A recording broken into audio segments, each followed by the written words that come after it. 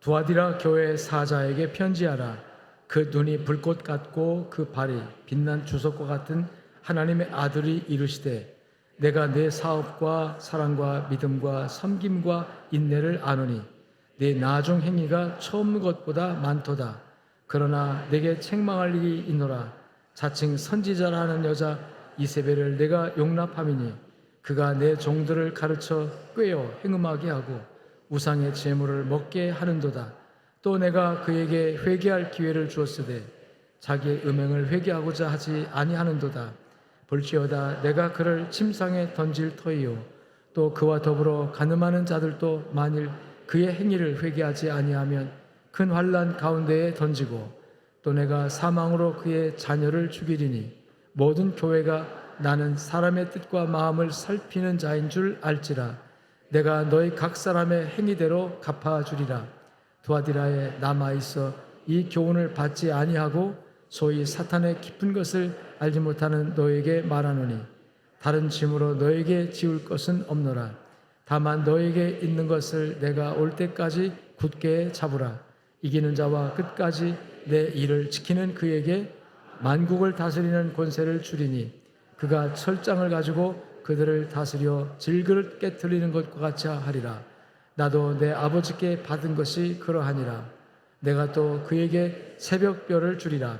귀 있는 자는 성령이 교회들에게 하시는 말씀을 들을지어다. 찬양 가사를 이렇게 음미하면서 제가 또 받은 은혜가, 깨달은 은혜가 하나님의 뜻이 이렇게 분명한데 이것이 하나님의 뜻이 얼마나 확실하고 분명합니까? 따라합시다. 이것이 하나님의 뜻이니라. 하나님의 뜻이면은 우리가 받들어야 되죠. 이게 내 뜻이야, 내 의도야, 내 생각이야, 이것이 내가 원하는 거야. 이렇게 여러분 하면 그분이 누구냐에 따라서 그분이 내가 정말 생각할 가치도 없는 하찮은 존재라면 무시해도 되지만 내가 떠받들고 섬기고 모시고 여러분 공경하고 여러분 예의를 갖춰야 할 그런 위대한 분이라면 이게 내 뜻이야 이렇게 분명하게 얘기할 때 거기에 우리가 어떻게 해야 돼요? 반응해야 되죠. 1차적인 반응은 무조건 아멘 하는 겁니다. 아멘. 감동이 안 돼도 무조건 아멘 하는 거예요. 아멘 해놓고 보는 거예요. 아멘. 이것이 내 뜻이니라. 뭐가 뜻이라고요? 항상 기뻐하라. 쉬지 말고 기도하라. 범사에 이것이 알기는 잘 알아요. 이것이 내 뜻이다.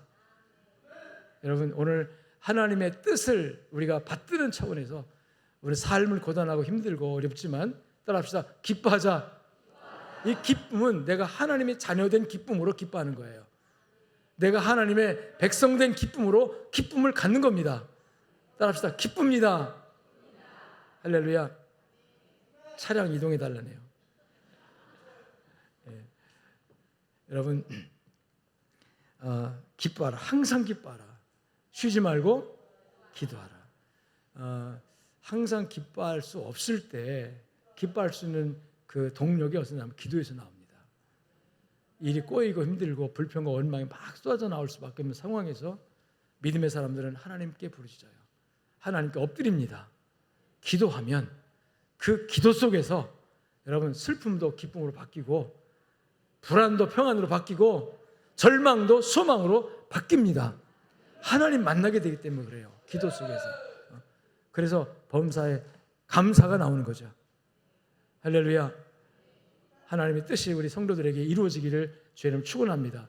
우리가 예수 믿고 구원받고 이 교인이 되고 교회당에 왔다 갔다 하는 거 이게요 여러분 아무것도 아닌 것 같지만 영적으로 굉장한 여러분 능력이에요. 영적으로 엄청난 축복입니다. 어디 가서 이 하나님의 존재를 배웁니까?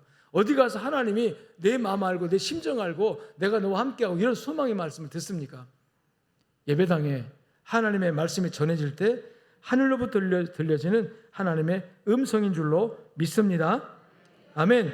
그래서 여러분 말씀이 선포될 때 항상 전제되는 것이 귀 있는 자는 들을지어다예요. 귀 있는 자는 성령이 교회들에게 하시는 말씀을 들을지어다예요. 이 귀가 열려지기를 주님 축원합니다. 말씀을 들을 수 있는 귀, 말씀을 받을 수 있는 마음이 여러분에게 주어지기를 축원합니다. 축원합니다. 에베소 교회, 선문학교회, 버가모 교회 이어서 오늘 함께 나눌 말씀의 주제가 이 두아디라 교회입니다. 두아디라는 현재 인구 5만 명 정도가 살고 있는 터키 지방의 한 도시예요. 아키살이라고 하는 도시인데 그게 옛날 고대 사회의 성경시대 2000년 전에 두아디라라는 지명으로 불렸던 곳인데 이곳에 교회가 세워졌습니다. 그리고 이 두아디라는 바울 사도가 마게도니아 지방으로 가서 첫 번째 전도에서 얻은 결과가 루디아거든요. 빌립보의 루디아가 이제 말씀을 듣고 빌립보 교회가 세워졌는데 그 루디아의 원래 고향이 두아디라입니다. 그래서 이 두아디라는 이제 복음이 전파돼서 교회가 세워졌고 이 두아디라는 공업이 산업이 부흥했던 도시입니다. 특히 구리세공, 이 구리를 가공해서 반지를 만들고 뭐 구리로 만드는 그 철 가공업이 또 흥했고, 그다음에 가죽 가공, 그다음에 양털로 실을 짜가지고 옷감을 만드는 그런 방제 기술도 발달했던 곳입니다. 특히 터키 레드라고 하는 초록색 식물이 많이 자라서 거기서 추출해가지고 염료를, 그러니까 물감을 만드는 원료가 되는 그 식물이 거기 많이 자라서 그 식물을 통해서 터키 레드라고 하는 이제 그 염색 공장이 많은, 그러니까 물감을 물들이는 그런 공장이 많은 산업이 발달한 도시였습니다. 이곳에서 출토된 어떤 그 고대 문서에 의하면 이 두아디라는 이렇게 산업이 공장이 많고 이런 시설들이 산업들이 많아서 근로자들이 이 동종 업종끼리 최초로 조합을 구성해 가지고 이 조합 공동체의 이 산업 활동이 굉장히 활발했다고 합니다. 그런데 문제가 뭐냐면 조합원들이 공동체를 만들어서 그 조합원들이 같이 공동체 식사를 하고 모임을 가질 때마다 우상의 제물, 즉 우상의 전각에 우상의 신당에 제물로 바쳐졌던 그 식재료를 갖다가 이 공동 식사에서 재료를 써가지고 같이 식사를 나눴대요. 그런데 그 당시 복음을 믿고 예수를 믿는 성도들은 우상의 제물에 대해서는 아주 알레르기처럼 우상의 제물은 안 된다, 우상 숭배도 안 되지만 우상에게 바쳐졌던 그 제물을 가지고 우리가 음료를 마시고 또 식물을 삼는 것은 그건 죄를 짓는 거다라는 생각이 있었기 때문에 이 공동체와 합하기가, 함께 이렇게 사는 것이 굉장히 어려웠다고 합니다. 믿음을 지키기 위해서는 그 식사를 할 수가 없는 거예요. 공동체 식사에는 반드시 거기는 다 고기가 나오든 전부 다 우상의 제물로 바쳐졌던 것이 거기 식재로 써지니까 그 자리에 함께 하면은 우상 숭배가 된다고 생각을 했어요. 그래서 그 공동체 생활하기가 아주 어려워서 당연히 핍박을 받았겠죠. 당연히 왕따 되고 이제 심지어는 다니던 회사에서도 쫓겨나가는 상황이 오고, 그래서 이 성도들이 믿음을 지키기가 굉장히 어려웠고, 그리스도인들은 조합 활동에 협동조합이니까 같이 활동을 해야 되는데 영적인 부분에 있어서 상당히 하나가 될 수 없어서 불이익을 많이 당하는 그런 상황에 있었다고 하는 기록물이 있습니다. 그런 두아디라 교회 형편을 주님께서 잘 살피시면서 오늘 밤모섬에서 기도 중에, 환상 중에 이제 사도 요한이 두아디라 교회 사자에게 편지하라라는 하나님의 음성을 들은 거예요. 그래서 두아디라 교회의 사자에게, 즉 두아디라 교회의 성도들에게, 즉 핍박과 환난 중에 있는 성도들에게 이제 하나님께서, 예수님께서 편지를 쓰셔가지고, 쓰시는데 직접 쓰신 게 아니라 사도 요한을 대표시킨 거죠. 하나님께서 사도 요한의 마음을 감동시켜서 하늘의 비밀을, 하나님의 말씀을 마음의 감동으로 주시고 성령의 감동으로 주시고 그것을 기록으로 써서 이제 보내도록 한 겁니다. 그래서 18절을 우리 같이 읽어보면 함께 읽습니다. 두아디라 교회의 사자에게 편지하라. 아멘. 두아디라 교회 사자는 목회자를 의미합니다.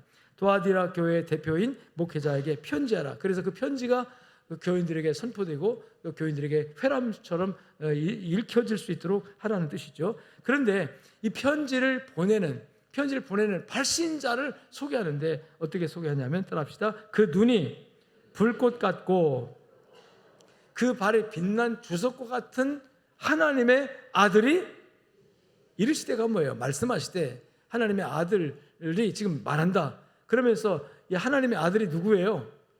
예수 그리스도죠. 아멘. 그러니까 우리가 쉽게 말하면 예수님께서 지금 말씀하시는 거다. 말씀하시는데 사도 요한을 통해서 편지를 쓰게 하는 거다.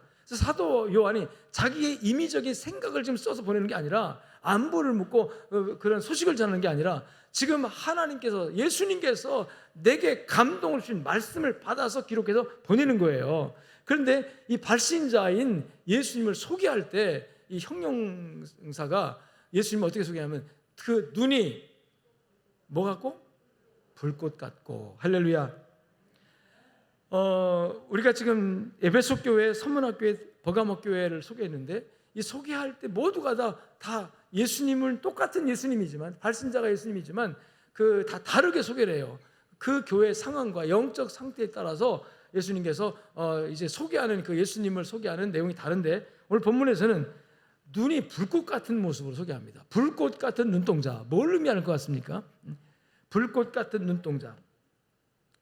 그 눈이 불꽃 같고 그 발이 빛난 주석. 빛난 주석이라는 건, 주석은 여러분 그 금속의 일종인데, 그것이 불에 빨갛게 달궈진 상태로 빛이 나는 그런 모습을 얘기하는데, 그런 그 권위와 영광을 상징하는 거죠. 그런데 제가 오늘 말씀을 나누려고 하는 초점은 빛난 주석이 아니라, 여러분, 불꽃 같은 눈동자. 할렐루야. 이 불꽃 같은 눈동자로 두아디라 교회를 주님이 보신 거예요. 보시고 나서 이 두아디라 교회의 상황에 대해서 지금 이 말씀을 하는 건데, 불꽃 같은 눈이 의미하는 것은, 여러분 역대하 16장 9절 말씀 보면 여호와의 눈, 하나님의 눈을 표현할 때 온 땅을 두루 따라합니다. 감찰하사. 그러니까 하나님의 눈은 온 땅을, 온 세상을 어떻게 하는 분이에요? 두루 빠진 곳이 없이 다 감찰하시는 분, 살펴서 보는 분이라는 거죠. 하나님의 눈의 능력은 안 보는 것이, 못 보는 것이 없습니다. 하나님의 눈은, 여러분, 우리 인간의 눈으로 보이는 영역뿐만 아니라 사람의 눈으로 볼 수 없는 마음의, 여러분, 상태까지, 여러분 마음의 생각까지 하나님은 보시는 거예요. 이 감찰이라는 말을 썼는데, 이게 자세하게 보고 보이지 않는 것을 밝히 끄집어내 가지고 공표한다, 공개한다는 의미가 들어 있습니다. 그래서 하나님은 감찰하신다 그러죠. 감찰. 여러분, 오늘 하나님께서 저와 여러분을 불꽃 같은 눈동자로 살피시고 감찰하시고 계심을 믿으시기를 축원합니다. 하나님의 불꽃 같은 눈동자를 우리가 믿고 인식한다면 우리가 어떻게 살아야 할지가 나오고 있죠. 지금은 여러분, 우리나라가 도덕성과 윤리가 굉장히, 국민들의 도덕성이 높아져 가지고 절대로 남의 거 훔쳐가지 않는다고 그래요. 화장실에다가 스마트폰을 놓고 나와서 한 몇 시간 고속도로 달려가지고 아차 놓고 왔네. 그래서 삥 돌아서 다시 2시간, 3시간 만에 그 휴게실 화장실에 갔더니 내 스마트폰이 그대로 있더라. 와, 대단하다. 대단한 거잖아요. 그거 누가 슬쩍 가져가지 않고. 근데 왜 안 가져갈까요? 우리 국민의 도덕성이 굉장히 높아져가지고 안 가져갈까요? 답이 대번 나오네요. 뭐 때문에? 그렇죠. 국민의 윤리와 도덕성이 높아져서, 정직성이 높아져서 그렇게 이거 안 가져가는 게 아니라, 가져가면 뭐하니까? 걸리니까. 가져가면 걸리니까. 자, 가다 교통사고를 냈어요. 어떤 때는 아무도 본 사람이 없어요. 그냥 가버리면 아무도 몰라요. 대부분 못 갑니다. 왜 그럴까요? CCTV가 딱 찍히니까. 가봤자 바로 잡힌대요. 가봤자 곧바로 잡힌답니다. 지금 이 도로에는요, 뭐 몇백 미터 하나씩 딱 CCTV가 있고, 또 돌아다니는 CCTV가 있어요. 뭡니까 그게? 블랙박스. 돌아다니는 CCTV가 뺑스닉 있으면 딱 어떤 사람이 뒷차가 딱 찍어버리는 거죠. 뭐 보통 하나 누르면 딱 찍히니까. 그래가지고 신고해버리면 다 나온다는 거예요. 인간의 기술과 인간의 이 문명 세계의 이기로 만든 거지만, 사람들의 생각과 사람들의 그 행동을 통제하고 있잖아요. 그래서 아무도 보지 않고 있지만 누구나 다 보고 있다는 생각이 있는 거예요. 그래서 함부로 이렇게 가져가지 못한다는 얘기가 있더라고요. 여러분, 그런데 이 CCTV가 못 보는 게 있어요. 뭘 못 볼까요? 사람의 마음을 못 봐요. 마음을 못 봐요. 얼마 전에 실제 그런 얘기가 있더라고요. 길에서 뭔가 종이 있는데 이걸 주웠어요. 주워가지고 호주머니에 갔어요. 근데 이게 이제 이런 사람이 신고했겠죠. CCTV를 다 보니까 누가 주워 가져가는 거야. 추적해서 가서 그 사람 검거했어요. 당신 왜 남의 거 가져갔어? 해가지고 있는데 이 사람이 얘기합니다. 내가 이거 내 것으로 훔쳐오고 가지려고 가져온 게 아니고 내가 이거 가지고 가서 어떻게 하려고? 신고하려고 가져갔다. 근데 그거를 여러분, CCTV는 그 사람의 마음이 의도적으로 도둑질하고 가져가는 것인지 아니면 선한 마음으로 여기다 놓으면 이게 없을 수도 있으니까 내가 가지고 신고해서 찾도록 하려고 하는 그런 마음으로 가져가는지, 그 마음까지 여러분 찍어요, 못 찍어요? 못 찍어요. 근데 하나님의 CCTV는 그 마음까지 찍습니다. 그 의도와 생각까지도 하나님은 촬영을 해요. 할렐루야. 이걸 감찰이라는 말을 쓰고 있는 거예요. 불꽃 같은 눈이라고 쓰고 있는 거예요. 우리가 이 세상 살면서 하나님에 대해서, 오늘 우리를 향한 하나님의 눈동자, 하나님이 어떤 존재냐는 것을 우리가 분명하게 세워야 합니다. 이렇게 하나님은 사람의 심령과 폐부, 마음의 생각까지도 감찰하시고 불꽃 같은 눈으로 살피시는 분이다. 살피실 뿐만 아니라 안다는 거죠. 그런 하나님이라고 우리가 생각하면 그 하나님에 대한 우리의 반응은 굉장히 정직하고 굉장히 거룩하고 굉장히 여러분 리얼하게 하나님을 인식하고 살게 됩니다. 근데 대부분 사람들은 하나님을 그렇게 인식하지 않아요. 우리 동네에 있는 CCTV만큼도 하나님을 인정하지 않습니다. 하나님은 그냥 없는 것이고, 하나님은 존재한다고 하더라도 하나님은 그렇게 나를 알고 계실까라는 정도로 인식하고 있잖아요.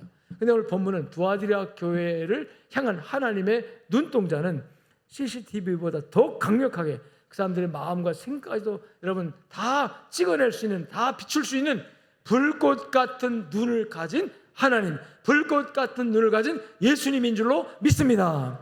이 감찰하신 하나님의 눈앞에 딱 설 때 두 종류의 태도가 나옵니다. 어떤 사람은 벌벌 떱니다. 떨어요. 왜? 나의 허물과 죄가 꼭꼭 숨겨놓은 것이 드러날까 봐. 드러나면 창피당하고, 드러나면 벌받아야 되고, 드러나면 감당 못하니까 이거 들통날까 봐 이것 때문에 전전긍긍하는 그런 부류가 있습니다. 근데 어떤 분은 하나님이 너를 안다, 너를 감찰한다, 너의 속사정까지, 네 생각까지 안다 할 때 그것이 위로가 되는 사람이 있어요. 세상에서 환난받고 핍박받고 오해를 받고 억울하고 어디다 하소연해도 누구도 내 말 안 들어주고 억울함을 안고 살아가는 사람은 하나님이 당신을 압니다. 하나님 당신을 바라보고 있습니다. 사람들은 몰라줘도 하나님은 당신을 불꽃 같은 눈동자로 다 보시고 있기 때문에 너의 속사정을 아신다 할 때 위로가 될까요, 안 될까요? 위로가 됩니다. 위로가 됩니다. 내가 하는 이 수고 누가 알아줄까? 내가 하는 이 노력 누가 알아줄까? 아무도 몰라줘도 하나님은 아신다, 하나님 나를 바라보고 계신다 라고 믿을 때 용기가 생기고 위로가 되고 격려가 되는 줄로 믿습니다. 오늘 두아디라 교회에 대하여 칭찬하는 말씀 가운데 19절에 보면 내가 내 사업과 사랑과 믿음과 섬김과 인내를 안다 그랬어요. 어떻게 합니까? 불꽃 같은 눈동자로 봤더니 주님이 인지하게 된 거예요. 따라합시다. 보고 알고. 못 보면, 안 보면 모르는 거예요. 감춰놔서 덮어놔서 어떻게 합니까? 근데 하나님은 이 하나님의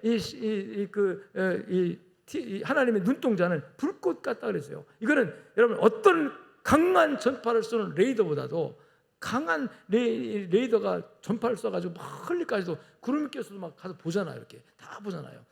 요새는 그 레이더 기능이 굉장히 강화돼가지고 수천 킬로 밖에 있는 거 다 여기서 화면을 보고 있는 정도로 그렇게 하잖아요.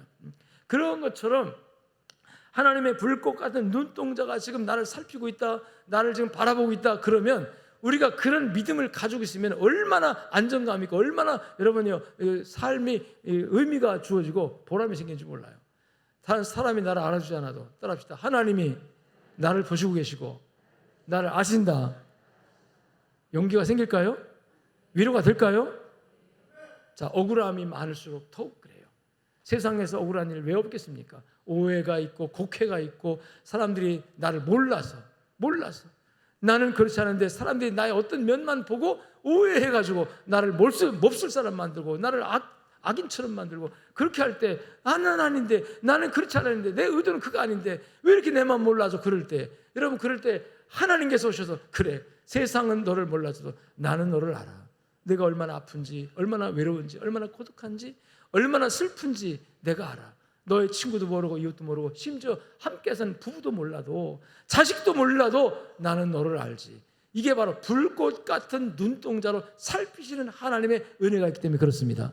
이것이 감찰하는 하나님의 눈동자라면 그 감찰의 눈동자 앞에 섰을 때 내가 나의 것을 꼭꼭 숨겨놨으면 드러나겠죠. 드러날 때 부끄럽고 드러날 때 창피하고 드러날 때 야단맞을 수 있지만 그것만이 아니라 하나님은 내 속사정하시기 때문에 여러분 하나님의 은혜 안에서 이 불꽃 같은 눈동자 살펴주는 것에 대해서 감격하시고 감사하게 되기를 주님 축원합니다. 반면에 이제 마음에 이르기를 하나님이 없다 하는 어리석은 사람들, 시편에 보니까 어리석은 자는 그 마음에 이르기를 하나님이 없다 하는도다. 하나님이 없다고 단정하고 하나님이 없다고 생각하는 사람들은 그 마음이 부패하여 자기가 하나님이 돼가지고 온갖 악행을 행하며 산다고 그랬어요. 그러니까 하나님이 없다고 생각하는 사람은 뭐냐면 하나님의 눈동자가 없어요. 하나님이 계시지 않기 때문에 하나님 나를 본다고 생각도 안 하는 거예요. 그러니까 결국은 마음껏 죄짓고 마음껏 악행을 하는 거예요. 자, 여러분, 하나님이 없다고 하는 철학과 사상 가진 사람들에게 마음속에 하나님은 누굴까요? 하나님 자기 자신이 하나님입니다. 겉으로는 하나님이 없다라고 무신론을 주장합니다. 하나님 어디 있냐고 하죠. 근데 실제로 보면 자기 마음에 하나님이 있어요. 누가 하나님입니까? 자기가 하나님이에요. 자기가 절대자예요. 자기 외에는 없어요. 이웃도 없고 친구도 없어요. 오직 내가 자아가 하나님 된 거예요. 자아가 하나님 된 사람의 특징이 뭐냐면 남을 판단해요. 나의 잣대로 누군가를 비판합니다. 나의 잣대로 누군가를 판단하고 비난하고 공격하고 나는 정의롭고 너는 부정직하고 이렇게 판단해버려요. 판단해서 자기 심판자가 됩니다. 오늘날 세상이 그렇지 않습니까? 얼마나 많은 사람들이 자기 중심적으로 판단해서 어느 한 사람을 매장하고 어느 한 사람을 욕하고 비난하고 각도에 따라서 시각에 따라서 방향에 따라서 사람은요 어느 한 부분이 악하면 그 악한 부분만 있는 게 아니고 선하고 좋은 점도 더 많아요. 그러니까 사랑하는 여러분, 우리 눈으로 사람 보지 말고 따라합시다. 하나님의 눈으로 사람을 볼 줄 아는 시각이 열려지기를 주님 축원합니다. 하나님이 불꽃 같은 눈동자로 나를 살핀다고 생각했다면, 내가 사람을 볼 때에 그 하나님이 나와 함께 하신다면, 여러분 우리가 우리 눈동자로 사람을 보면 안 되는 거죠. 내 안에 온갖 하나님의 불꽃 눈동자 나를 보면 내가 죄인인 거예요. 죄인인 거예요. 내 중심 생각까지도 보시는 하나님 앞에 딱 펼쳐놓으면요 죄 없는 사람이 아무도 없습니다. 성경은 의인은 없나니 하나도 없다. 처음부터 의인은 없어요. 처음부터 다 죄인이에요. 그렇기 때문에 하나님의 불꽃 같은 눈동자 아래서 우리는 모두가 다 죄인이라고 시인하고 고백하는 것이 믿음이고, 그래서 이 죄를 어떻게 하면 좋겠습니까? 이 나의 허물을, 나의 악을 어떻게 하면 좋겠습니까? 하고 하나님께 묻고, 하나님께서 만들어진 대안이 뭐냐면 예수 그리스도의 십자가의 보혈을 통해서 이 죄를 용서해 주는 거잖아요. 이게 복음 아닙니까? 복음 안에서 우리는 죄 해결할 수 있는 길이 있습니까? 없습니까? 있습니다.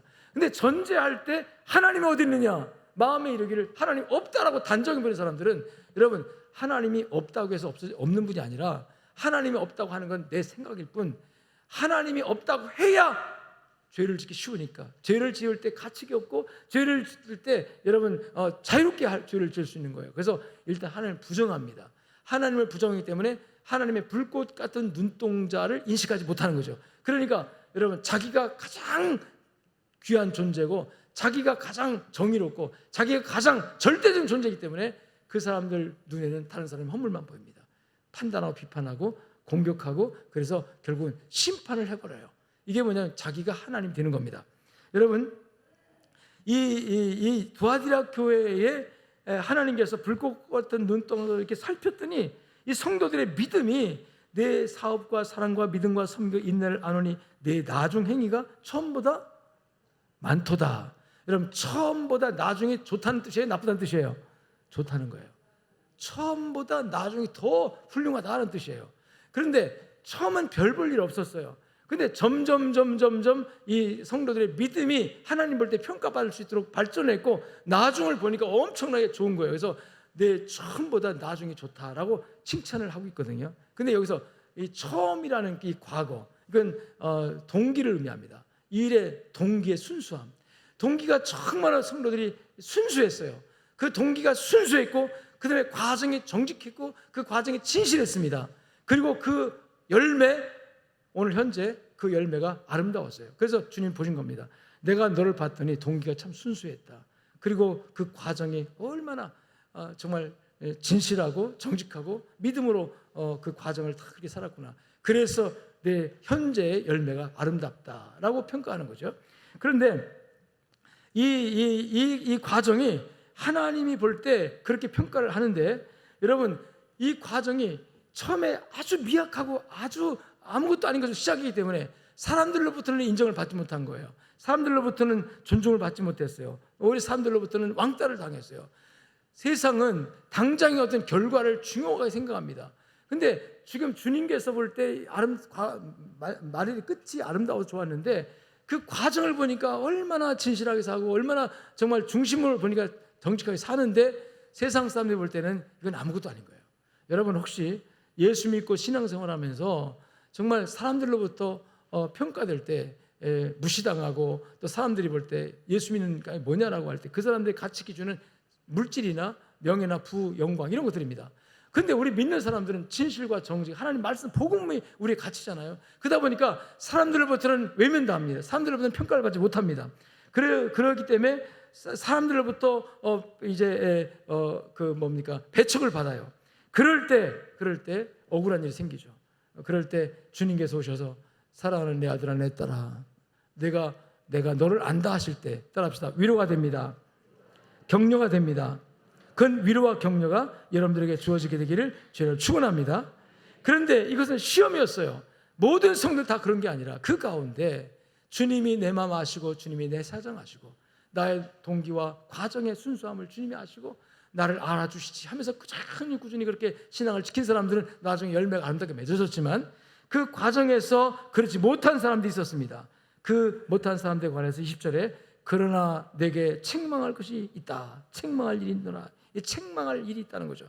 그러니까 이 두아디라 교회 성도들의 신앙이, 대다수의 성도들이 정말로 동기와 과정을 순수하고 정직하게 믿음으로, 말씀으로, 복음으로 믿음을 지켰는가 하면, 그런데 그 과정이 정말 힘들고 어려우니까 결과적으로 유혹을 받습니다. 그 유혹한 존재에 관해서 20절 말씀해 보니까 자칭 선지자라는 여자 이세벨을 내가 용납했다. 이세벨에 관한 얘기가 나오는데, 이 이세벨의 유혹을 떨치지 못했다는 거죠. 이세벨이 누구냐면 열왕기상 18장에 나오는 이스라엘 7대 왕 아합 왕 시절에 정략 결혼으로 여러분 왕비가 되어진 이 시돈 왕의 딸, 엣바알의 딸 이세벨입니다. 이세벨이 이스라엘의 결혼에서 오면서 아합 왕의 왕비가 되면서, 여러분, 이스라엘 나라는 원래가 하나님이 있는 나라 아닙니까? 하나님을 공경하는 나라 아닙니까? 그런데 이 바알을 갖다가 여러분 제도적으로, 법적으로 그 나라의 하나님으로 만들어 버렸어요. 그래서 하나님, 한쪽은 하나님, 한쪽은 바알. 이스라엘 백성들은 모두가 다 여러분 이세벨이 주도해서 이세벨이 가지고 온 이 바알이 하나님이라고. 바알은 굉장히 여러분요 호화롭고 웅장했습니다. 바알을 섬기는 신전이 있었고, 그 다음에 바알 선지자 850명, 우상선지자 850명 있었고, 그 다음에 아합왕의 권력이 그 뒤에서 지원하니까 얼마나 부하고 얼마나 명예롭고 얼마나 멋졌어요. 그래서 국민들이 볼 때 현혹이 됩니다. 외형상 볼 때 하나님은 신이 아닌 것 같고, 여러분 바알이 진짜 하나님인 것처럼 느껴지도록 이세벨이 국민들을 현혹시킨 겁니다. 권력을 가지고, 왕권을 가지고 권력시켰어요. 그래서 많은 국민들이 이세벨의 유혹을 이기지 못하고 바알을 섬겼어요. 바알을 섬기고 우상을 섬겼어요. 그리고 타락을 했죠. 그렇다고 해서 하나님이 그 나라를 버린 것이 아니라, 하나님이 없는 게 아니라 국민들의 마음속에는 항상 하나님이 계시잖아요. 그래서 바알 신당을 보면 바알이 하나님인 것 같고, 또 엘리야 선지자가 외칠 때 보면은 하나님이 또 여호와가 하나님인 것 같고, 그래서 백성들은 갈피를 잡지 못하고 우왕좌왕하고. 열왕기상 19장에 보면 너희가 어느 때까지 바알과 하나님 사이에서 머뭇하겠느냐. 오늘날 너희가 볼 때 바알이 하나님이면 하나님을 택하고, 그 바알을 택하고, 여호와가 하나님이면 하나님을 택하라라고 이 엘리야가 촉구를 하는 장면이 나오는데, 여러분 이게 바로 그 당시 혼란한 상황입니다.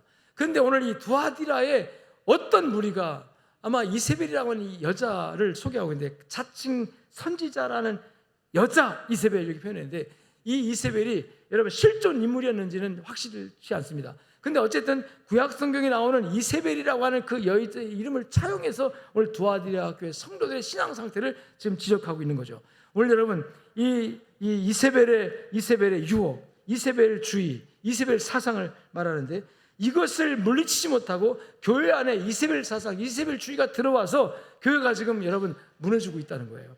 한편으로는 순수한 믿음과 동기로, 그리고 그 과정에서 정말 정직과 헌신하면서 믿음을 지킨 성도들의 눈물을 알고 그들의 아픔을 알고 그들의 고난을 내가 아노라라고 주님 말씀하시면서도, 또 하나님께서 감찰해 보니까 너에게 이세벨 주자들이 있다. 이세벨 사상을 가진 사람들이 있다. 이세벨 사상을 가진 사람들은 회개하라. 이세벨 사상을 가진 사람들은 내가 심판하리라 하시면서, 여러분 24절 보니까 두아디라에 남아있어 이 교훈을 받지 아니하고 소위 사탄의 깊은 것을 알지 못하는 너에게 말하노니. 사탄의 깊은 것을 알지 못하는 사람들, 사탄의 깊은 것, 이세벨 사상은 사탄 사상이라는 것이거든요. 이 사탄의 깊은 그것을 알지 못하여서 오늘 책망받은 이 두아디라 교회 성도들의 모습을 통해서 하나님께서 저와 여러분, 이 세상에 사는 저와 여러분에게 주시는 하나님의 음성이 들려지기를 주님 축원합니다. 이 두아디라에 남아있는 사탄의 깊은 것, 즉 이세벨주의는 어떤 것인가? 도대체 무엇을 말하는 것인가? 20절 말씀에 내가 내게 책망할 일이 있노라 하면서 자칭 선지자라는 여자 이세벨을 내가 용납한 것이다. 그가 내 종들을 가르쳐 꿰어 행음하게 하고 우상의 제물을 먹게 하는도다. 여러분, 우리가 이 요한계시록 2장에서 첫 번째 교회 에베소 교회의 니골라당의 행위를 내가 미워한다는 말씀이 나와요. 니골라가 나오고, 지난 주간에 말씀했던 우리가 버가모 교회에 관해서도 니골라당의 행위를 내가 미워하노라. 니골라당이라는 그 어떤 당의 문제가 나오는데, 이 니골라는 그 초대교회의 7 집사 중에 한 사람입니다. 이 니골라가 열심히 믿고 하나님을 사랑하는 마음이 뜨거웠는데, 이 사람이 그 교회 안에 계파를 만들어서 율법주의를 도입해가지고 혼합주의가 되어버립니다. 순수하게 복음을 믿고 복음으로 말미암아 구원받는, 예수로 구원받는 그 믿음에서, 여러분이요, 복음도 믿어야 되지만 우리가 지금까지 가지고 왔던 율법도 버리면 안 된다. 율법도 지키고 믿음도, 예수를 믿음도 가져야 된다, 막 이런 거예요. 근데 이 율법이라는 것이 결과적으로 자기 자신이 우상이 되는 거거든요. 여러분, 사두개인들, 바리새인들이 이게 예수님께 책망받은 것이 뭐냐면, 하나님을 믿는다고 하면서 하나님 율법을 차용해가지고 다른 사람하고 정죄해버렸어요. 자기가 율법을 지킨다고 하면서 자신감을 가지고 나는 율법을 철저히 지키는데 너 왜 율법 안 지키냐면서 자기가 하나님 돼가지고 다른 사람을 평가하고 다른 사람을 저주하고 다른 사람을 그야말로 이제 재판을 해버리는 거예요. 여러분, 가늠하다 현장에 잡힌 여인 하나 끌고 와가지고 말하잖아요. 모세의 율법에 의하면 이런 사람 돌로 쳐주려고 했는데, 돌로 치려고 하다가 예수님을 함정에 빠뜨리려고 예수님께 끌고 와가지고, 자, 율법에는 돌로 쳐 죽이라 그랬는데 당신은 어떻게 말씀하겠습니까? 당신이 이 사람을, 이 여인, 율법을 지키지 못한 여인을 돌로 칠까요 말까요? 예수님께서 그들의 간계한 이 술책을 아시고 너희 중에 죄 없는 자가 돌로 치라. 그랬더니 한 사람도 돌로 못 쳤어요. 그게 뭡니까? 겉으로는 율법을 철저히 지킨다고 자신만만했고, 그렇게 자부심을 갖고 우리는 율법주의자로서 완벽하게 율법을 지키는 사람이라고 그렇게 생각을 했지만, 정작 그 마음속에, 양심의 가책 속에는 한 사람도 돌을 들어 던지 못했다는 것은 그 의가 불완전했다는 뜻이에요. 하나님 앞에 서서 솔직하게 설 때 따라합시다. 나는 죄인이라. 그러니까 돌을 들어 치지 못한 그 행위는 자기가 죄인이라는 것을 반증하는 거 아닙니까? 만일에 평소의 주장처럼 나는 의인이고 나는 율법 철저히 지키고, 그러니까 이 여자는 율법 못 지키니까 돌로 죽여야 합니다, 심판해야 됩니다. 실제로 예수님께 데리고 와서 그들은 그 여인을 돌로 쳐 죽였을 겁니다. 율법을 정죄해 재판했을 거예요. 근데 지금 예수님을 함정에 빠뜨리려고 데리고 왔어요. 와서 예수님께 질문을 던졌잖아요. 어떻게 하겠습니까? 율법으로 말하면 이 사람 돌로 쳐 죽여야 합니다. 우리는 그렇게 할 수 있습니다. 우리는 율법을 지키는 자니까, 우리는 완벽하게 율법을 지키니까, 이 여자는 율법을 못 지키니까 죽여야 됩니다, 이런 사상을 가지고 있거든요. 그런데 예수님께서 죄 없는 자가 돌을 치라 그럴 때 누구 한 사람도 돌을 들 수가 없었어요. 왜 그랬을까요? 죄인이니까. 율법적으로도 죄이니까. 그렇게 완벽하게 율법을 지켰다고 말하는 그 율법주의자들도 그 율법으로 자기를 딱 비춰보면 죄인이니까 못 들었어요. 못 쳤어요. 이 율법주의, 이것이 니골라당 행위였고, 그 다음에 오늘 이 두아디라 교회에 침투해 있는 이세벨주의, 이세벨주의는 그 율법주의에다가 또 하나 더 붙여가지고 우상주의입니다. 우상주의. 자, 여러분, 율법주의도 결과적으로 우상입니다. 내가 율법을 철저히 잘 지켜서 내가 의롭다, 내가 하나님이라는 뜻이에요. 그러니까 다른 사람을 정죄할 수 있는 거죠. 누가 사람을 정죄합니까? 누가 사람을 심판합니까? 하나님밖에 없습니다. 그래서 우리 옛말에 이런 말도 있잖아요. 뭐 묻은 개가 뭐 묻은 게 나무라고. 자기 눈에 들보가 있는 사람이 타인의 눈에 피를 본다. 그걸 평가한다는 얘기잖아요. 여러분, 우리가 다른 사람을 정죄하고 다른 사람을 비난하고 다른 사람을 할 때는 그 의의 기준이 사람들은 율법으로 봐요. 사람들은 자기 행위로 봐요. 나는 깨끗하니까 너는 덜 깨끗하니까 너는 죽일 놈이다. 뭐 이렇게 평가. 지금 세상 그렇게 돌아갑니다. 모든 이 사회 영역이 그렇게 돼요. 이것을 오늘 두아디라 교회에서는 이 두아디라의 이세벨주의 내지는 사탄의 깊은 곳에서 막 샘물처럼 솟아나는 그런 사람들의 의식구조, 세계관, 이게 모든 것을 파편해요. 너희가 사탄의 깊은 곳에서 나오는 그 사상과 철학을 알지 못하는도다. 사탄이 결과적으로 옛날 유대인들뿐만 아니라 고대 사회로부터 지금까지 사탄이 끊임없이 하나님을 대적해서 이 인류를, 여러분, 사람을, 인간을 하나님의 대적자 만들고 하나님과 원수 만들고 하나님의 은혜에서 배척해서 망하게 하려고 하는 의도를 가진 사탄의 전략, 이 사탄의 전략에 여러분 넘어간 두아디라 교회의 모습을 지금 얘기하고 있는 거죠.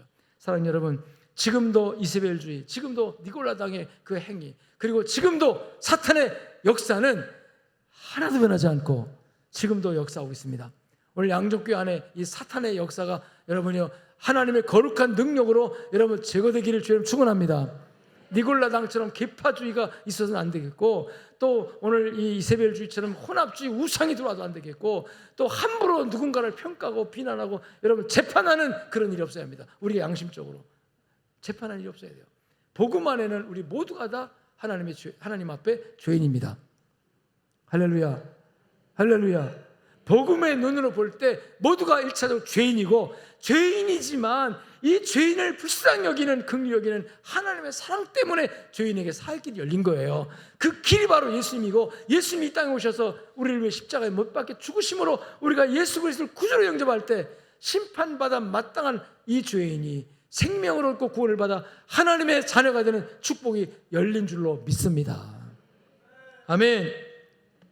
여러분, 이 두아디라 교회에 있었던 이세벨이라는 여성, 이게 실존 인물인지는 알려지지 않고 있지만 어쨌든 구약 성경에 나오는 이 이스라엘의 7대 왕 아합의 부인으로서 이스라엘을 곤경에 빠뜨리고 이스라엘의 큰 재난을 가져오게 만드는 장본이, 하나님께 심판받는 장본이 되게 했던 이 이세벨의 이름을 지금 차용해다가 오늘 두아디라 교회 성도들의 신앙의 모습을 분석하고 말씀하고 있는데, 오늘 이 시대에 이세벨주의가 우리 교회 안에 없게 되기를 주님 축원합니다. 이세벨주의가 들어오면요, 자기가 하나님 돼요. 자기가 여러분 신이 돼요. 자기가 가장 중심에 서서 하나님은 없는 존재로 치부해버리고, 그 다음에 사람을 함부로 평가하고 사람을 함부로 비난하고 욕하고 또 판단을 하게 되어지는 그런 상황에 있게 되어집니다. 여러분요, 이 두아디라 교회처럼 책망받지 않으려면 따라합시다. 이세벨의 유혹을 물리쳐야 합니다. 이 사탄의 깊은 전략, 사탄의 깊은 전략을 우리가 여러분이 알고 그것을 물리쳐야 될 줄로 믿습니다. 구체적으로 이세벨주의, 이세벨 유혹이 무엇인가 몇 가지 말씀하면, 첫 번째 따라합시다. 은사 위주의 신앙. 오늘 본문에 보니까 이세벨은 자칭 선지자라고 그랬어요. 자칭. 하나님이 세운 선지자가 아니라 어떤 선지자? 자칭 선지자라고 했습니다. 자칭 선지자라 하는 여자라고 말씀을 하고 있습니다. 그러니까 하나님이 세우지 않은 선지자 일은 하는데 하나님이 세우지 않았어요. 하나님이 세우지 않았으니까 가짜 선지자죠. 그런데 이 이세벨에게 사람들을 현혹시킬 만큼의 어떤 은사가 있었습니다. 유혹할 만큼의 은사, 그리고 유혹할 만큼의 어떤 영적 능력, 이런 것도 있었어요. 하나님의 진리에서 벗어났지만 딱 보면은 사람들이 막 현혹될 수밖에 없는 그런 능력이 나타났다는 거죠. 이런 능력이 또는 가문이설이라든지 또는 유혹이라든지 여러 가지로 나타나는데, 그 당시 많은 성도들이 이 이세벨이라는 이 거짓 선지자에게 빠져가지고 신앙에 이제 어려움을 어려움을 받고 있다는 말씀을 하고 있는 거죠. 그래서 자칭 선지자라고 할 때 여러분 이 선지자 역할이 뭐냐면 영적인 능력, 영적 은사를 행하는 거죠. 하나님께서 나오지 아니한 능력이 나오는 거예요. 이게 문제인 거죠. 하나님께로부터 나오는 기적, 하나님께로부터 나오는 능력이라면 예를 들어 병 고치고 뭐 어떤 은사를 방언을 하고 예언을 하고 뭐 환상을 보고 우리가 성경이 나오는 신비한 그런 능력들이 있잖아요. 이거 모두가 다 우리에게 하나님이 선물로 줄 수 있는 것이고 우리가 체험할 수 있는 부분들입니다. 근데 이게 만일에 하나님께로부터 공급된 게 아니라 여러분 임의로 자기가 만들어낸 것이거나 거짓된 것이거나 또는 사탄으로부터 온 거라면 이건 큰 문제죠. 근데 이게 분별이 안 돼요, 사실은. 근데 분별을 어떻게 하느냐면 분별은 그 열매로 보는 거거든요. 그 열매가 따라합시다. 복음적이냐 아니냐 하는 것이 뭐냐면 예수님 중심이냐, 예수님의 성품을 추구하느냐, 아니면 자기의 욕심과 자기의 고집과 자기의 어떤 정욕에 의한 이런 부작용을 일으키면서 하는 것들이 다 사탄에게부터 온 거라는 거죠. 그 사람이 기도도 많이 하고 성경도 많이 알고 기도만 하면 응답도 받고 막 방언도 하고 막 예언도 하고 막 환상도 보고 와, 저 사람 신령하다, 저 사람 능력 있다 하는데 그 사람만 가면 싸움이 일어나요. 그 사람만 가면 뭔가 막 사람들이 상처를 받아요. 여러분 그건 복음이 아닙니다. 그것은 사탄으로부터 공급되는 능력일 수 있어요. 이세벨주의가 그런 겁니다. 여러분 한국 교회가 한때 얼마나 많은 기적이 많이 일어나는지 몰라요. 교회 안에서 말씀 듣다가 병자가 막 나타납니다. 교회에서 말씀 듣다가 막 방을 터지는 일이 있었어요. 지금은 부흥 시대가 아니라 지금은 침체기여서 하나님의 영적 은사가 좀 잠잠하고 있지만 여러분 하나님이 하시면 또 그런 부흥 시기가 우리 앞에 안 온다고 우리가 말할 수 없어요. 올 수 있습니다. 여러분 그런 믿음을 가지고 기도하실 주님 축원합니다. 그 은사가 막 나타날 때는 굉장했습니다. 굉장했어요.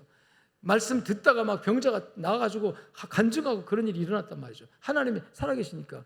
근데 지금은 침체기에 이 사탄의 역사가 한국교회를 교묘하게 하나님이 계신데 사탄주의, 즉 우상과 온갖 혼합주의가 들어와서 하나님과 더불어서 물질이 우상이 되고 하나님과 더불어서 내가 하나님이 돼버리고 이런 것이 다 섞여 있어요. 지금 다 섞여 있어요.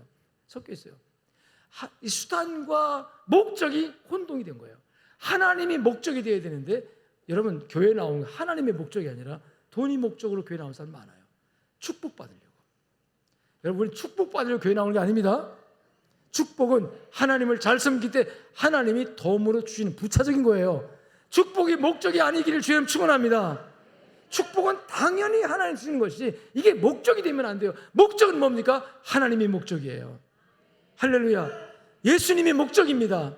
예수님을 닮아가고 예수님을 섬기는 것이 목적이지 내가 복을 받는 게 목적이에요. 복 받아서 뭐 하게요? 복 받아서 잘 되니까 그 다음에 교회 떠나요. 어떤 사람이 청년이 목사님 저 기도해 주세요. 내가 지금 사업을 하는데 사업이 잘 돼가지고 11조를 한 달에 1,000만 원씩 할 수 기도했어요.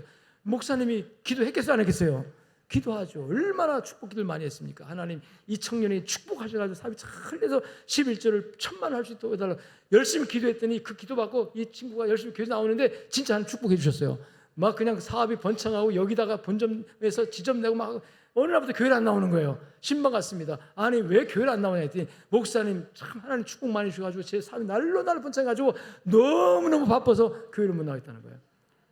그 다음에 그렇게 잘 내더니 11조도 안 내는 거예요. 그래가지고 도대체 왜 11도 안 내냐 했더니 목사님 옛날에 가난할 때는 11조 내는 거 아깝잖아 했는데 지금 뭐 억대로 막 11조를 내야 되는데 너무나 아까워서 못 내겠다는 거예요.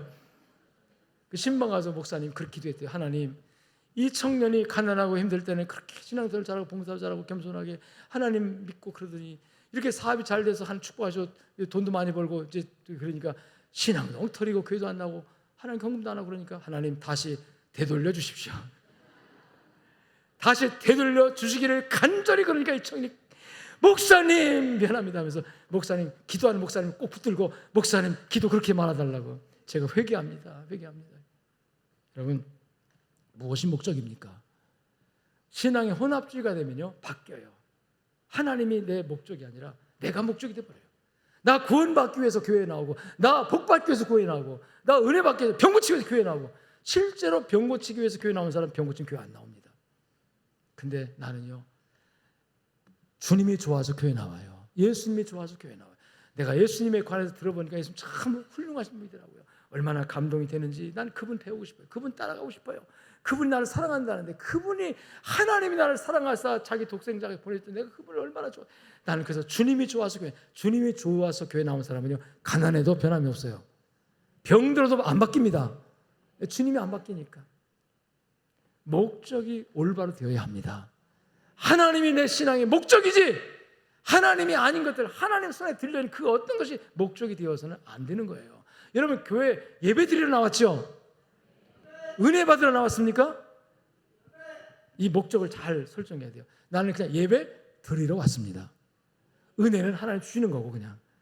아멘. 목적은 예배 드리는 거예요. 자, 예배 드리려면 불편해야 돼요? 편안해야 돼요? 불편해야 합니다. 예배 드리려고 하면 여러분 하나님께 바쳐야 되니까 손해봐야 돼요? 이익을 얻어야 돼요?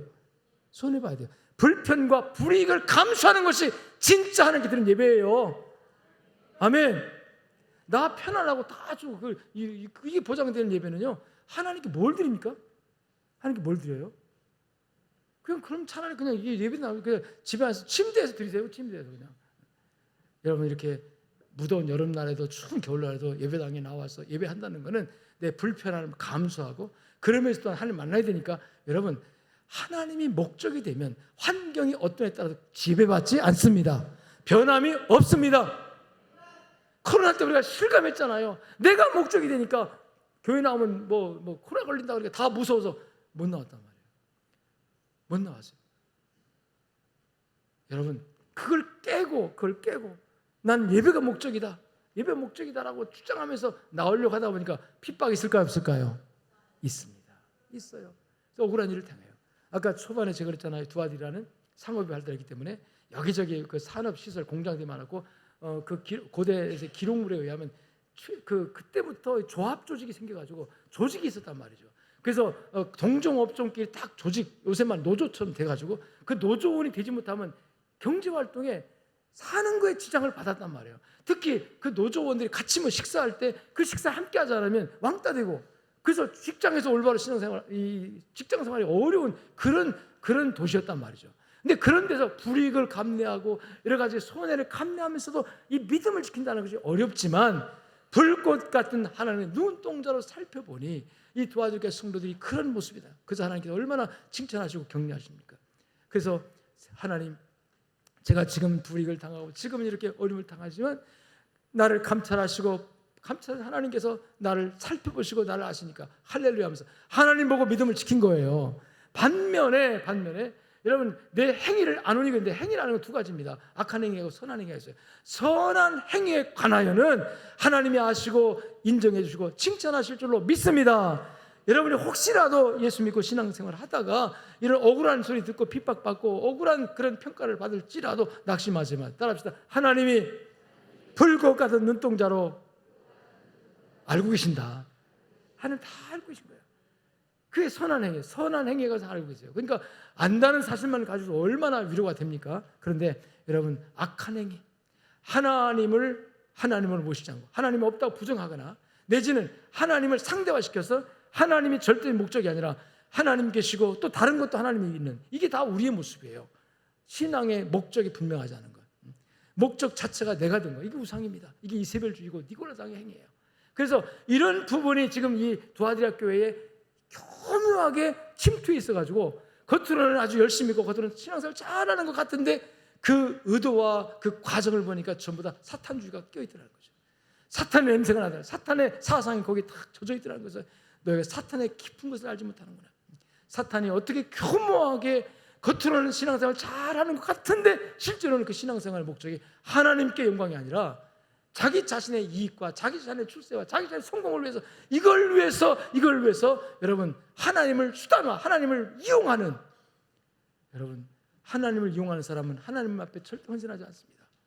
하나님을 이용하는 사람은 하나님을 위해서 절대로 희생하지 않습니다. 봉사하지 않습니다. 그냥 적당히 왔다 갔다만 하고. 여러분, 신앙생활이 하나님을 수단으로 해서 하나님을 사용하는 존재가 아니라 하나님의 영광과 하나님을 위해서 내가 여러분 수단이 되어져 가지고 쓰여지는 존재가 되시길 주님 축원합니다. 분명한 것은 하나님 다 하신다는 거예요. 여러분 심령을 다 왜 이 시간 어떤 의도를 가지고 예배당에 나왔는지 하나님 아시는 거예요.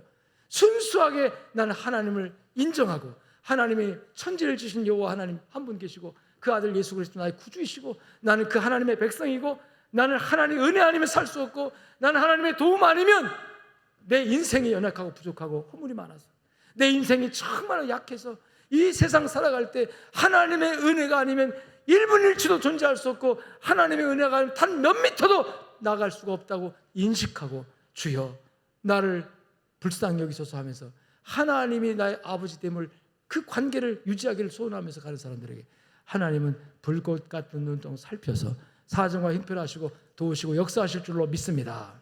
믿습니다. 마지막 절 보면은 끝까지 이기는 자라는 그런 말씀이 나오는데요. 이기는 자, 그 26절 봅시다. 이기는 자와 끝까지 내 일을 지키는 그에게. 끝까지란 단어. 끝까지. 이 말씀을 기록할 당시 이 끝까지 어떤 때를 말할까요? 이 말씀을 기록할 때 고난받는 이 도와드려갈 성도들을 향해서 위로의 말씀을 주실 때 끝까지 견디는 사람, 끝까지 이기는 사람 이렇게 말하는 이 끝까지가 어느 시점을 말할까요? 끝까지. 여러분 따라합시다. 종말론적인 예수 재림. 예수 재림이에요. 또 이걸 좀 좁은 의미에서 말하면 내 생명 다하는 날까지고 넓은 의미에서 말하는 우주의 종말, 역사의 종말 예수 재림입니다. 자, 그러면 그 당시 성도들도 끝까지 믿음을 지키는 사람, 끝까지 믿음을 지키는 사람에게 하나님께서 철장의 권세를 주셔서 심판권을 주겠다고 말씀했는데 그 끝까지라는 용어가 그 당시 의미가 예수 재림할 때까지라면 자 물어봅시다. 예수 재림 됐어요 안 됐어요 지금? 아직 안 됐어요. 그러니까 이 끝까지라는 말은 오늘 사는 여러분들에게도 우리들에게도 해당되는 말씀이에요. 할렐루야. 그러니까 이 말씀은 당시 2000년 전에 사도 요한이 살아가고 있을 때 그 당시 두아디라 교회 성도들에게만 주는 그런 의미의 말씀이 아니라 그때부터 지금까지 앞으로 재림날까지 모든 역사에 존재하는 여러분 그리스도인들을 향하여 다 주시는 하나님의 음성인 줄로 믿습니다. 끝까지 견디는 자, 끝까지 승리하는 자, 이기는 자, 만국을 다스리는 권세를 주리니 이 권세가 엄청난 겁니다. 철장의 권세. 철장이 뭡니까? 큰 철로 만든 장대 이걸 가지고 막 휘둘러 가지고 막 세상을 막 심판할 수 있는 권세. 이게 여러분 이 두아디라 교회 성도에게 주시는 하나님의 놀라운 비전입니다. 사랑하는 성도 여러분, 지금 우리가 사람들로부터 비난받고 사람들로부터 평가받고 사람들로부터 어떻게 평가를 받는지 모르지만 우리가 동기가 정말 복음으로 순수하고 그 과정에 말씀으로 정직하고 진실하고 그 다음에 그 열매가 점점 발전적으로 지금 나가고 있다면 여러분 주님 오시는 날에 여러분들은 승리합니다. 그리고 평가받되 철장의 권세를 주님께 주신다고 약속할 정도로 놀라운 하나님의 은혜가 있을 줄로 믿습니다. 그가 철장을 가지고 그들을 다스려 질그를 깨트리는 것과 하리라. 아멘.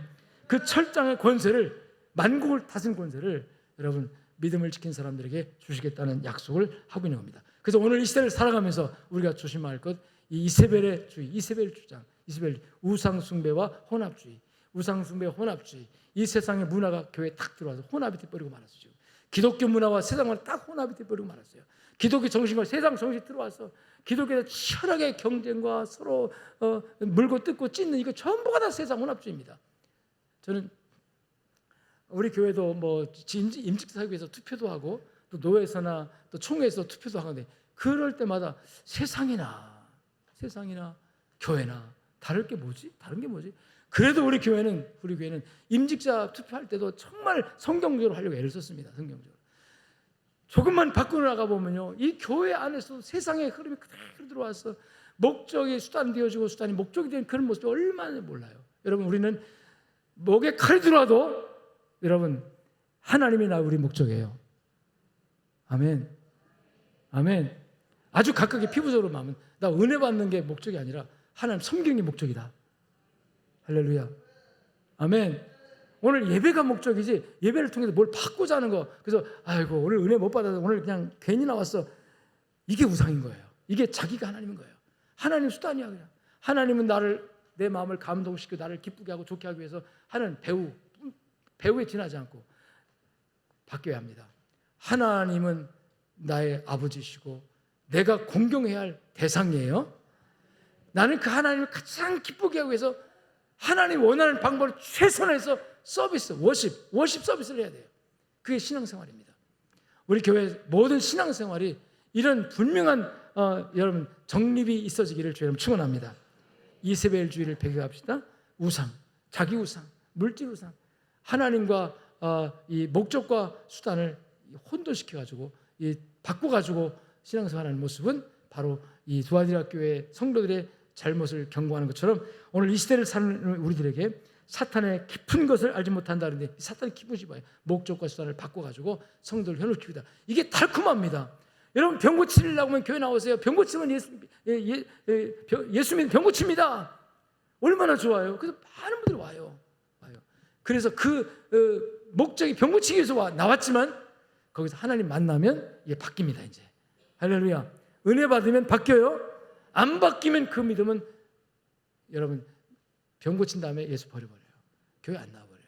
목적을 이룬 다음에 더 이상 뭐 필요 없으니까 안 나와버려요. 그래서 여러분 이 두아디라 교회 성도들이 가졌던 이 좋은 점과 나쁜 점 잘 분별하시고 우리 성도들 하나님을 주님 오신 날까지 정말 잘 섬겨서 주님 앞에 설 때 잘했다 칭찬받을 수 있는 여러분 되시길 주의 이름으로 축원합니다. 축원합니다. 하나님 감사합니다. 오늘 말씀을 들었는데 들은 말씀 하나님 역사하실 줄 믿습니다. 주의 종은 설교했지만 하나님은 말씀해 주시옵소서. 각자 믿음의 분량과 삶의 형편과 여건에 따라서 합당하게 하나님 적용시켜 주셔서 들을 것을 듣게 하시고 깨달을 것을 깨닫게 하시고 받아들일 말씀들을 받아들이게 하옵소서. 그래서 하나님 아버지 정말 복음의 순수함을 잃지 않게 하시고 그 과정의 정직함을 잃지 않게 하시고 마지막 열매가 아름답게 도와주시옵시고 주님 오실 때에 잘했다 칭찬받을 수 있는 아름다운 믿음의 모습이 우리 양적교회 안에 이루어지도록 역사하여 주옵소서. 감사하며 우리 주 예수 그리스도 이름으로 축복하고 기도 올리옵나이다. 아멘. 이제는 살아계신 우리 주 예수 그리스도의 은혜와 하나님 아버지의 무한하시고 극진하신 사랑과 성령님의 위로 교통 충만 역사하심이 말씀을 붙들고 나가는 모든 주의 백성들 머리 위에 저들의 가정과 삶의 현장 속에 이제로부터 영원토록 함께 있을지어다. 아멘.